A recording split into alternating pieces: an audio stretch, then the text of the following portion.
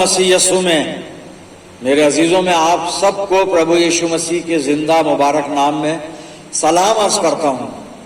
आज की आराधना में आपका इस्तकबाल करता हूं। प्रियजनों में हमेशा आपके लिए प्रार्थना करता हूं, खुदा बाप का फजल आप सबको महफूज रखे। आज के दिन के लिए पिता परमेश्वर का धन्यवाद करते हैं। इस अच्छी संगति के लिए हम खुदा बाप के बड़े मशकूर हैं। अजीजों, ईस्टर के बाद का आज पहला इतवार है। पिछले साल मैंने खुदावंद मसीह यीशु के जी उठकर चेलों से मुलाकात करने की बातों का जिक्र किया था। आज कुछ अन्य मजमून पर हम बात करेंगे। और आज जो कलाम का हिस्सा है जो मैं पढ़ने जा रहा हूं, आप अपनी बाइबल में निकालें। मरकुस रचित सुसमाचार 4 अध्याय 35 से 41 आयत। The gospel according Saint Mark chapter 4 and verses 35 to 41। आप अपनी बाइबल में देखें, मैं पढ़ रहा हूं। उसी दिन जब शाम हुई तो उसने उनसे कहा, आओ पार चलें। और वो भीड़ को छोड़कर उसे जिस हाल में वो था किश्ती पर साथ ले चले, और उसके साथ और किश्तियां भी थीं। तब बड़ी आंधी चली और लहरें किश्ती पर यहां तक आईं कि किश्ती पानी से भरी जाती थी, और वो खुद पीछे की तरफ गद्दी पर सो रहा था। बस उन्होंने उसे जगा कर कहा, आए उस्ताद, क्या तुझे फिक्र नहीं कि हम हलाक हुए जाते हैं? उसने उठकर हवा को डांटा और पानी से कहा, चुप रहे, थम जा। बस हवा बंद हो गई और बड़ा अमन हो गया। फिर उनसे कहा, तुम क्यों डरते हो? अब तक ईमान नहीं रखते? और वो निहायत डर गए और आपस में कहने लगे, बस ये कौन है कि हवा और पानी भी उसका हुक्म मानते हैं। खुदावंद की बड़ी बरकत उसके पाक कलाम के पढ़े जाने और सुने जाने पर हो, आमीन। आइए दुआ करें। खुदावंद मसीह यीशु में प्यारे आसमानी बाप, बड़े आदर के साथ दीनता नम्रता की आत्मा में होकर हम सब तेरे बच्चे तेरे पाक कदमों पर सरनिगो हैं। ये समय है तेरे जीवित और पवित्र वचन पर मनन करने का। खुदा बाप, हम में से हर एक को पाक रूह का मसा अता फरमा कि हम पवित्र आत्मा की अगुवाई में होकर तेरे कलाम को समझें, कलाम के द्वारा तेरी पवित्र इच्छा को जाने और उस इच्छा का पालन अपने जिंदगियों में करें। परमपिता परमेश्वर, हमारे चारों तरफ अपने पाक फरिश्तों की सेना का बाड़ा बांधना कि शैतान किसी भी तरह से हमें डिस्टर्ब ना कर सके। आसमानी बाप, वचन के द्वारा हमें आशीषित करना होने देना। खुदा बाप, ये कलाम का बीज हमारे दिल और हमारी जिंदगियों में जड़ पकड़े और बेशुमार फल लाने वाला हो। जब हम तेरी पवित्र वेदी पे से उठकर अपने घरों को रुखसत हों तो तुझसे बहुत सी रूहानी बरकत लेकर जाने वाले हों। पिता परमेश्वर, अपनी जिंदगियों को तेरे इख्तियार में देते हैं और ये प्रार्थना तेरे प्यारे बेटे अपने निजात देने वाले खुदावंद यीशु मसीह के जिंदा और मुबारक नाम के वसीले से मांगते हैं। सुन और कबूल कर ले, आमीन। अजीजों, एक बार फिर परमेश्वर का धन्यवाद करते हैं आज के अच्छे समय, अच्छी संगति के लिए, और खास तौर से इस वक्त के लिए कि जब हम खुदावंद के पाक और जिंदा कलाम पर मनन कर रहे हैं। मैं आपके सामने अभी थोड़ी देर पहले मरकुस रचित सुसमाचार chapter 4 and verses 35 to 41, mark chapter 4 35 to 41, ये मैंने आपके सामने पढ़ा और बड़ा फैमिलियर ये वृतांत है। ये खुदावंद मसीह यीशु गलील की झील में है, चेलों के साथ हैं। किश्ती के पिछले भाग में गद्दी पर यीशु मसीह सो रहा है और बड़ी आंधी चली और किश्ती लहरों से डगमगाने लगी और ऐसा लग रहा था कि शायद पानी अंदर आ जाएगा, किश्ती डूब सकती है। एक बड़ा पुरखतर सा माहौल वहां पर पैदा हो गया। और जब चेलों ने मसीह यीशु को बताया और खुदावंद मसीह यीशु ने फिर उठकर हवा को डांटा और पानी को कहा, थम जा। और उसके बाद बाइबल बताती है बड़ा अमन हो गया, चैन हो गया, सब कुछ नॉर्मल हो गया, ठीक हो गया। और चेले ये देखकर डर भी गए और कहने लगे, ये कौन है कि हवा पानी ये भी इसका कहना मानते हैं। ये सारी बातें और हम जानते हैं ये सब। हमने कई बार सुना है इस घटना को, या हम कहने खुदावंद मसीह यीशु के इस मौजज़े को कि हवा को रोकना, आंधी को रोकना और पानी को थामना। हमने इस पर कई बार गौर किया है। मैं इस वृत्तांत, पूरे वृत्तांत पर आज बात नहीं कर रहा हूं।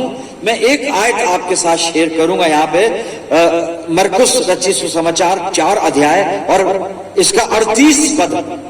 The Gospel according Saint Mark chapter 4 and verse 38 only, हम इस पर फोकस करेंगे। यहाँ पे चेलों ने खुदावंद मसीह यीशु से एक सवाल किया है। आंधी आ गई, चेले घबरा गए और पानी में भी बरस रहा होगा, पानी भी थम रहा, पानी भी आ रहा होगा तेज, ये सब कुछ हो रहा होगा, बड़ा हौलनाक मंजर होगा, हम समझ सकते हैं।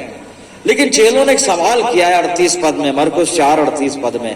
उस सवाल पर आज थोड़ी देर मेडिटेशन करेंगे अजीजों, क्योंकि सवाल कई बार हमारी जिंदगियों में भी पैदा होता है, हमारे जहन में आता है, हमारे ख्यालों में और दिल में आकर फिर हमारी जबान तक आ जाता है और हम ऐसा सवाल अपने खुदा बाप से और अपने नजात दहिंदा खुदावंद मसीह यीशु से कर जाते हैं। और सवाल सुनिए, मरकुस रचित सुसमाचार 4 अध्याय 38 पद, यहाँ पे लिखा है, और वो खुद पीछे की तरफ गद्दी पर सो रहा था। यहाँ आयत का पहला हिस्सा पूरा होता है। बस उन्होंने उसे जगाकर कहा, अब चेलों ने उसे जगाकर कहा, और कुछ कहा जा रहा है, और जो कहा जा रहा है हम उस पर बात करेंगे, बस आप उसको सुनिएगा। अब चेलों ने यीशु मसीह को जगाकर कहा, यहाँ पे लिखा है, बस उन्होंने उसे जगाकर कहा। क्या कहा उसको सुनिए। उन्होंने उसे जगाकर कहा, अये उस्ताद, क्या तुझे फिक्र नहीं कि हम हलाक हुए जाते हैं? अये उस्ताद, क्या तुझे फिक्र नहीं कि हम हलाक हुए जाते हैं? Teacher, do you not care that we are perishing? कैसा सवाल है ये। टीचर, मास्टर, किसी किसी बाइबल में इंग्लिश वर्जन में मास्टर भी लिखा है। Teacher, teacher, do you not care that we are perishing? उस्ताद, हे गुरु, क्या तुझे फिक्र नहीं, तुझे चिंता नहीं कि हम हलाक हुए जाते हैं? हम पेरिश यानी हम मर जाएंगे, नाश हो जाएंगे। इतनी तेज आंधी चल रही है, पानी है, नाव जो है किश्ती हिचकोले ले रही है, लहरों से डगमगा रही है, डूब सकती है, और हम हलाक हो जाएंगे, और तुझे फिक्र नहीं, सो रहा है आराम से। मेरे अजीजों, कैसा अहमकाना सवाल चेलों ने यहां पर किया है खुदावंद मसीह यीशु से, जो इनका गुरु है। खुद कह रहे हैं, teacher, do you not care that we are perishing? Teacher, उस्ताद। सवाल अहमकाना है, लेकिन पूछने की वजह जो है वो उससे ज्यादा मुज़ाहिका खेज है। चेले मसीह यीशु के चेले हैं, चेले खुदावंद मसीह यीशु के साथ रहते हैं, चेले खुदावंद मसीह यीशु के उठने बैठने और सारी दिनचर्या से परिचित हैं। चेले यीशु मसीह को कुछ समझकर, जानकर, रिकॉग्नाइज कर उस पर ईमान लेकर उसके पास आए और उसका अनुसरण कर रहे हैं, उसके अनुयायी बने, उसके शागिर्द बने। और अभी किश्ती में उसके साथ हैं, उससे पहले उसके साथ थे। लेकिन उसके बावजूद भी इनकी जिंदगी में, रूहानी जिंदगी में कुछ कमियां यहाँ पे साफ साफ उजागर हो रही हैं, यानी जाहिर हो रही हैं। और वो ये है कि सबसे पहले इनमें धैर्य नहीं है, पेशेंस इनके पास नहीं है। अरे धीरे धरो। फिर इनका ईमान बहुत कमजोर है। यीशु मसीह ने आगे चल के पूछा है, क्या तुम ईमान नहीं रखते? क्यों डरते हो? ईमान नहीं है। और ईमान किस बात पर नहीं है? खुदावंद मसीह यीशु की मौजूदगी पर, खुदावंद मसीह यीशु के फजल पर, खुदावंद मसीह यीशु की सामर्थ पर, पावर पर ईमान नहीं है। फिर तीसरी वजह यह है कि ये भयभीत हो जाते हैं। थोड़ा सा कुछ नेगेटिव हुआ जिंदगी में और डर जाते हैं, घबरा जाते हैं, और परमेश्वर पर से एतकाद, जो विश्वास है, वो डावाडोल हो जाता है मेरे अजीजों, और हो रहा है इनका। लेकिन मैं ये इसलिए कह रहा हूं कि कई बार हमारी भी स्थिति यही होती है, और हम ऐसे बड़े अहमकाना सवाल, यानी मूर्खता के प्रश्न हम प्रभु यीशु मसीह से करते हैं या खुदा बाप से करते हैं। और यहाँ पर चेले मसीह यीशु से सवाल कर रहे हैं, teacher, do you not care? Teacher, हमारी तो देखभाल नहीं कर रहा है, तुझे चिंता नहीं है कि हम हलाक हुए जाते हैं, हम यहाँ पर पेरिश हुए जाते हैं। Teacher, do you not care that we are perishing? क्या तुझको फिक्र नहीं, तुझे चिंता नहीं, हम हलाक हो रहे हैं? अजीम सवाल है ये। कई बार हम भी ऐसा ही सवाल करते हैं खुदा बाप से, खुदावंद मसीह यीशु से। क्या ऐसा हो सकता है कि हमारा बनाने वाला, हमारा पैदा करने वाला खुदा बाप, हमसे प्यार करने वाला खुदा बाप, या फिर उसका इकलौता बेटा हमारा मुक्तिदाता प्रभु यीशु मसीह, जिसने मेरे और आपके लिए अपनी जान का फिदिया दिया, अपने आप को कुर्बान कर दिया मरते दम तक, क्या इनको हमारी फिक्र नहीं होगी? यीशु मसीह को हमारी फिक्र नहीं होगी? ऐसा हो सकता है क्या? क्या यह संभव है कि प्रभु यीशु मसीह को हमारी चिंता ना हो, हमारी फिक्र ना हो? अजीजों, ये सवाल केवल एक अविश्वासी बेईमान, जिसका ईमान नहीं हो, वो पूछ सकता है। अविश्वासी व्यक्ति ही ये सवाल पूछ सकता है अपने खुदा से या फिर खुदावंद मसीह यीशु से कि क्या तुझको हमारी फिक्र नहीं है, चिंता नहीं है, हम नाश हुए जाते हैं। एक अविश्वासी ऐसा सोचेगा। मैं और आप किस ईमान के साथ जिंदा हैं? मैं और आप किस ईमान में होकर, किस विश्वास के साथ और किस दृष्टिकोण से प्रभु यीशु मसीह को देखते हैं, समझते हैं, मानते हैं, जानते हैं, उसको ग्रहण करते हैं? आज हमारा विश्वास क्या है? क्योंकि सवाल पूछा चेलों द्वारा कि हे उस्ताद, हे गुरु, क्या तुझे हमारी चिंता नहीं, हम नाश हुए जाते हैं? ये एक अविश्वासी का सवाल है, एक बेईमान शख्स का सवाल है मेरे जीवन। क्योंकि ऐसी हरकतें पुराने नियम में इस्राएलियों ने बहुत करी हैं, और कई बार हम भी ऐसा कर जाते हैं कि अपने मुक्तिदाता, अपने प्रभु यीशु मसीह पर हम भरोसा नहीं रख पाते, शक करते हैं, सवाल पूछते हैं कि तुझे चिंता नहीं हमारी? Do you not care? कैसे पॉसिबल है ये? वो हमारी केयर करता है भाई, उसको हमारी फिक्र भी है, हर तरह से वो हमारी खबरगिरी करता है, हमें संभालता है, हमें सुरक्षित रखता है। कुछ भी नेगेटिविटी का आना, इसका मतलब ये नहीं कि प्रभु यीशु मसीह को आपकी और मेरी फिक्र ही नहीं है। ये तो चीजें इसलिए हमारी जिंदगी में होती हैं कि हमारा ईमान बढ़े, हम प्रभु यीशु की पहचान में बढ़े। जिस इसराइलियों की मैं बात कर रहा था कि इसराइलियों ने अक्सर ऐसी हरकतें की हैं, इसराइलियों ने कई बार अविश्वास किया है। और यहां पर मैं निर्गमन की पुस्तक 15 अध्याय है और इसके 22 से 25 पद पढ़ता हूं, पहले सुनिएगा आप। तब मूसा इसराइलियों को लाल समुद्र से आगे ले गया और वे शूर नामक जंगल में आए, और जंगल में जाते हुए 3 दिन तक पानी का सोता न मिला। फिर मारा नामक एक स्थान पर पहुंचे, वहां का पानी खारा था, उसे वो ना पी सके, इस कारण उस स्थान का नाम मारा पड़ा। तब वो ये कहकर मूसा के विरुद्ध बकबक करने लगे, हम क्या पिए? तब मूसा ने यहोवा की दुहाई दी और यहोवा ने उसे एक पौधा बतला दिया, जिसे जब उसने पानी में डाला तब वो पानी मीठा हो गया। ये बकबक कर रहे हैं मूसा के ऊपर कि यहाँ ले आया, पीने को पानी भी नहीं है। हुआ क्या? अविश्वासी बन गए। जो खुदा बाप इनको इतने सामर्थी हाथ से मिस्रियों की गुलामी से छुड़ा कर ले आया और अब तक इनको जंगल में संभाल के रखा, क्या वो इनको पानी नहीं देगा? लेकिन अविश्वास की स्थिति है, धैर्य नहीं है, घबरा जाते हैं, बेचैन हो जाते हैं, जिसका एक ही कारण है कि प्रभु की सामर्थ्य पर संदेह करना। वहां पर गलील के झील में चेले यही कर रहे थे, teacher, do you not care that we are perishing? हम ऐसा सवाल कभी ना करें प्रियजनों। तो ये कड़वा पानी देख के बड़े विचलित हो गए।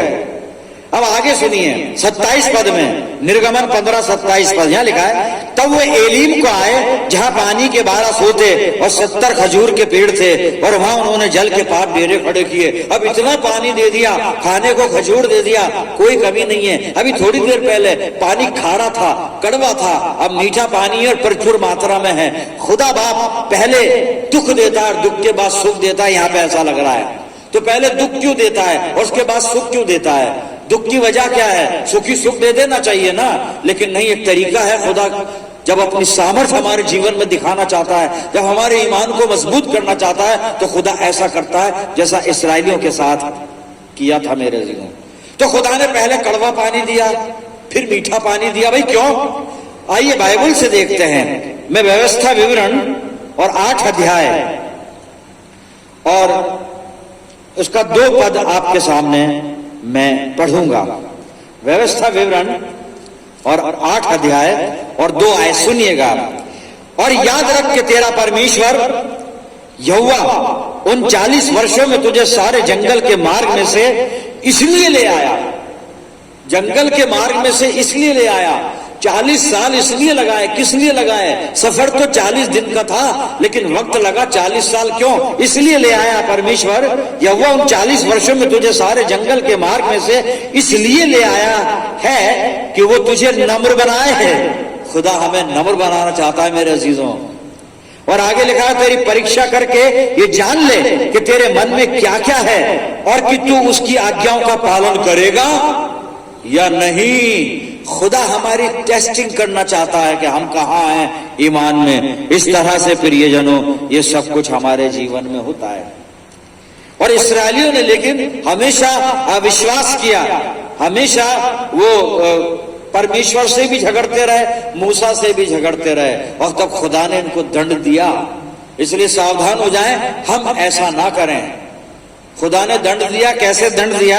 मैं भजन संहिता और 106 आपके सामने पढ़ना चाहूंगा और उसके कुछ पद मेरे 10 से 15 पद सुनिएगा। उसने उन्हें बैरी के हाथ से उबारा और शत्रु के हाथ से छुड़ा लिया। खुदा ने इस्राएलियों को जंगल में, और उनके शत्रु जल में डूब गए, उनमें से एक भी ना बचा। तब उन्होंने उसके वचनों का विश्वास किया और उसकी स्तुति गाने लगे। अभी ईमान में आ गए हैं, उसके वचनों का विश्वास किया, उसकी स्तुति गाने लगे। लेकिन थोड़ी देर बाद ही क्या हुआ सुनिए, 13 पद। परंतु वो झट उसके कामों को भूल गए और उसकी स्तुति के लिए न ठहरे। ये होता है हमारे साथ भी, हम भी ऐसा ही करते हैं। थोड़े दिन लिपटे रहते हैं, 40 दिन लैंड सीजन में दुआ बंदगी में गुजार दिए, रोज प्रेयर मीटिंग में गुजार दिए। अब सब कुछ खत्म, अब कुछ नहीं है, ना वो उपवास है, ना वो दुआ है, ना वो प्रेयर मीटिंग है, ना वो शाम की संगति है, कुछ नहीं है। क्यों? यही हालत हमारी है जो इस्राएलियों की थी। 13 पद। परंतु वो झट उसके कामों को भूल गए और उसकी स्तुति के लिए न ठहरे। उन्होंने जंगल में अति लालसा की और निर्जल स्थान में परमेश्वर की परीक्षा की। और 15वें पद में लिखा है तब उसने यानी खुदा ने उन्हें मुंह मांगा वर तो दिया, तब खुदा ने उन्हें मुंह मांगा वर तो दिया, परंतु उनके प्राण को सुखा दिया। इससे पहले कि हमारे प्राणों को सुखा दिया जाए, हम परमेश्वर पर विश्वास करना शुरू कर दें। प्रियजनों, हमें अपने प्रभु पर विश्वास रखना है। कभी ऐसा सवाल नहीं पूछना है खुदावंद मसीह यीशु से, teacher do you not care? नहीं, वो केयर करता है, हमारी चिंता करता है। कमी हम में है कि हम अपना हौसला खो देते हैं, अपने ईमान को हम डगमगाने देते हैं, विश्वास हमारा अस्थिर हो जाता है। प्रियजनों, आज मेरा विश्वास क्या है? आज मेरा क्या विश्वास है? क्योंकि पौलुस ने कुरिन्थ नगर की कलीसिया को वार्निंग दी, चेतावनी दी कि हम इस्राएलियों जैसी हरकतें ना करें, हम इस्राएलियों जैसे काम ना करें, हम इस्राएलियों जैसे विचार ना रखें, हम इस्राएलियों जैसा विश्वास ना रखें कि हम हलाक हो जाएं, हमें दंड मिले। मैं पढ़ देता हूं 1 कुरिन्थियों और 10 अध्याय, पहले 6 पद पढ़ रहा हूं, सुनिए। ये बातें हमारे लिए दृष्टांत ठहरी कि जैसे उन्होंने लालच किया वैसे हम बुरी वस्तुओं का लालच ना करें। इसके बाद 9 से 12 पर सुनिए। और न हम प्रभु को परखें जैसा उन्होंने कितनों ने किया और सांपों के द्वारा नष्ट किए गए, और न तुम कुड़कुड़ाओ जिस रीति से उनमें से कितने कुड़कुड़ाए और नष्ट करने वाले के द्वारा नष्ट किए गए। परंतु ये सब बातें जो उन पर पड़ी दृष्टांत की रीति पर थी और वो हमारी चेतावनी के लिए जो जगत के अंतिम समय में रहते हैं लिखी गई हैं। इसलिए जो समझता है मैं स्थिर हूं वो चौकस रहे कि कहीं गिर ना पड़े। वो इस्राएलियों की बातें जो लिखी हुई हैं वो हमारी चेतावनी के लिए, सीखने के लिए, दृष्टांत के तौर पर हम तरबियत लें, उनसे शिक्षा लें और अपने विश्वास को संभाल के रखें। प्रियजनों, आज हमारा ईमान कैसा ईमान है? दाऊद कुछ कह रहा है। भजन संहिता 40 और 17 पद को सुनिए। ऐसा विश्वास परमेश्वर देखना चाहता है। दाऊद क्या फरमाता है यहाँ पर, सुनिएगा। भजन संहिता Psalm 40 and verse 17, मैं तो दीन और दरिद्र हूं तो भी प्रभु मेरी चिंता करता है। Teacher, do you not care? ये कैसे पॉसिबल है? वो चिंता करता है, हमारा खुदा चिंता करता है, हमारा प्रभु यीशु मसीह चिंता करता है। प्रियजनों, ये संभव नहीं कि वो चिंता ना करे, ऐसा नहीं हो सकता। कमी हम में, हम अविश्वास की हालत में आ जाते हैं, हौसला खो देते हैं, संसार को देख के, इसकी घटनाओं को देख के भयभीत हो जाते हैं और सामर्थ्य परमेश्वर को भूल जाते हैं। जी सुनिएगा दाऊद क्या कह रहा है। मैं तो दीन और दरिद्र हूं तो भी प्रभु मेरी चिंता करता है। तू मेरा सहायक और छुड़ाने वाला है। हे मेरे परमेश्वर, विलंब ना कर, उसको भरोसा है। खुदा बाप देर मत कर, मैं तुझ में ही स्थिर रहना चाहता हूं, तेरे ईमान में मैं मजबूत रहना चाहता हूं। आज मेरी और आपकी स्थिति क्या है मेरे अजीजों? मेरी और आपकी स्थिति क्या है? हम प्रभु यीशु मसीह कभी शक ना करें, भरोसा रखें, अपने ईमान को संभाल के रखें। कभी ये सवाल ना करें, teacher do you not care? अब उसको हमारी चिंता है साहब, उसे फिक्र है बिल्कुल। पौलुस फिलिप्पुस नगर की कलीसिया से बात कर रहा है और फिलिप्पियों 4:19 में क्या कहता है, सुनिए। मेरा परमेश्वर भी, मेरा परमेश्वर, ये रिश्ता आना चाहिए। हम कहते हैं हमारा खुदा, ये रिश्ता दूर का है। हमारा, मेरा, हमारा तो बाद में आएगा। मैं अपने से शुरू करूं, अपने ईमान की बुनियाद में अपने से शुरू करूं, अपने से। कहता है मेरा परमेश्वर भी अपने उस धन के अनुसार जो महिमा सहित मसीह यीशु में है तुम्हारी हर एक घटी को पूरी करेगा। मेरा परमेश्वर तुम्हारी हर घटी को पूरी करेगा। पौलुस कहता है मेरा परमेश्वर अगर तुम्हारे अंदर ईमान की घटी है उसे पूरी करेगा। तुम्हारे अंदर अगर परमेश्वर की पहचान में कोई घटी है, उसके ज्ञान में घटी है, उसके प्रेम में घटी है, वो पूरी करेगा। मेरा परमेश्वर तुम्हारी हर एक घटी को पूरा करेगा।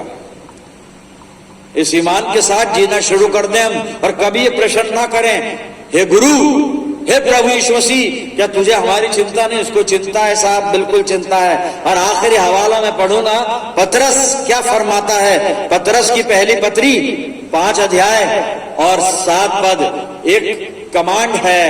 पतरस एक सलाह भी दे रहा है, आज्ञा भी दे रहा है, बस इतना करना है। सुन लीजिए, पहला पतरस 5 अध्याय 7 पद कहता है, अपनी सारी चिंता उसी पर डाल दो, अपनी सारी चिंता उसी पर डाल दो, क्योंकि उसको तुम्हारा ध्यान है। प्रभु यीशु मसीह को मेरा ध्यान है साहब, प्रभु यीशु मसीह को आपका ध्यान है। Never ask this question, teacher do you not care that we are perishing? ऐसा हो नहीं सकता। उसको हमारा ध्यान है, उसको हमारा ध्यान है मेरे अजीजों। और इसी बात को अपने दिल में रखते हुए अपने ईमान में हम जिंदा रहें और खुदावंद मसीह यीशु पर हमेशा हमेशा हमेशा पूरा पूरा और पुख्ता ईमान रखें। आइए दुआ करें।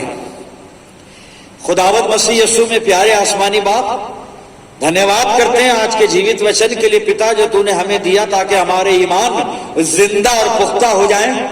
आसमानी बाप, हमें पवित्र आत्मा की सामर्थ्य दे कि हम कभी भी तुझसे या अपने प्रभु यीशु मसीह से ये प्रश्न ना करें कि तुझको हमारा ध्यान नहीं। प्रभु तेरा धन्यवाद करते हैं, तू हमेशा हमारा ध्यान रखता है। अपने मुक्तिदाता प्रभु यीशु मसीह का धन्यवाद करते हैं, वो हमेशा हमारा ध्यान रखता है। पिता परमेश्वर, हमारे विश्वास को संभाल के रखना खुदा बाप, हमारे ईमान को जिंदा रखना और मजबूत रखना। अपनी जिंदगियों को तेरे अधिकार में दे देते हैं। परम पिता परमेश्वर, मैं दुआ करता हूँ जितने लोग दुआ में मेरे साथ सम्मिलित हैं, इन सब अजीजों पर तेरी शफकत, रहमत और बरकत का साया हमेशा बना रहे। परम पिता परमेश्वर, वचन का पालन करने के लिए हमें पवित्र आत्मा की अगुवाई, सामर्थ्य और शक्ति और ज्ञान प्रदान करना। अपनी जिंदगियों को तेरे अधिकार में देते हैं प्रभु। हम सब मिलकर पूरे आलम के लिए दुआएं खैर करते हैं पिता परमेश्वर। सब कुछ तुझे सौंपते हैं प्रभु, और ये प्रार्थना तेरे प्यारे बेटे, अपने उद्धारकर्ता और जीवन देने वाले खुदावन यीशु मसीह के जिंदा और मुबारक नाम के वसीले से मांगते हैं। सुन और कबूल कर ले, आमीन। अब हमारे प्रभु यीशु मसीह का अनुग्रह, पिता परमेश्वर का प्रेम, पवित्र आत्मा की सहभागिता हम सब के साथ, तमाम ईमानदारों के साथ, हमारी सब कलीसियाओं के साथ अब से लेकर हमेशा तक होती रहे। आमीन।